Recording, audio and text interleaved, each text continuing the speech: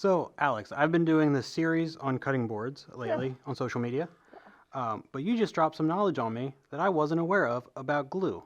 Well, you know, I go through this gluing process every week at your stores, and we do end grain cutting boards. This being a long grain, this end grain tends to give and move a lot more than long grain will. So when I do end grain cutting boards, I like to use Titebond II for a couple of reasons. And this is pretty much my opinion. I feel as though this is a softer material since it's a water-resistant glue, not a waterproof glue, which has kind of a hard candy shell to keep that water from penetrating it. Sure, much more for outside that's going to see water a lot. Your cutting board, you don't want to let it soak, No.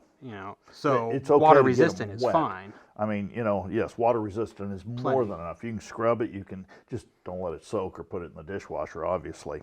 But since it's more flexible, it gives and moves. And I can tell you that probably 1 out of 10 of my boards would end up cracking when we put them in the window at the gallery. The sun would hit it, get hot, cold. It would end up cracking because this doesn't give and move as quickly or as much as Titebond II.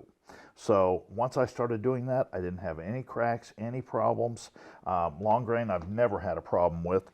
And the nice thing about Titebond II, basically we're ready to work with it in about 30 minutes, whereas this is probably closer to an hour. Got to leave it in your clamps a lot longer, less cutting boards, more time waiting around. You know, a lot of people like to wait overnight. I'm not that patient. Got it. Well, thank you. You're very welcome.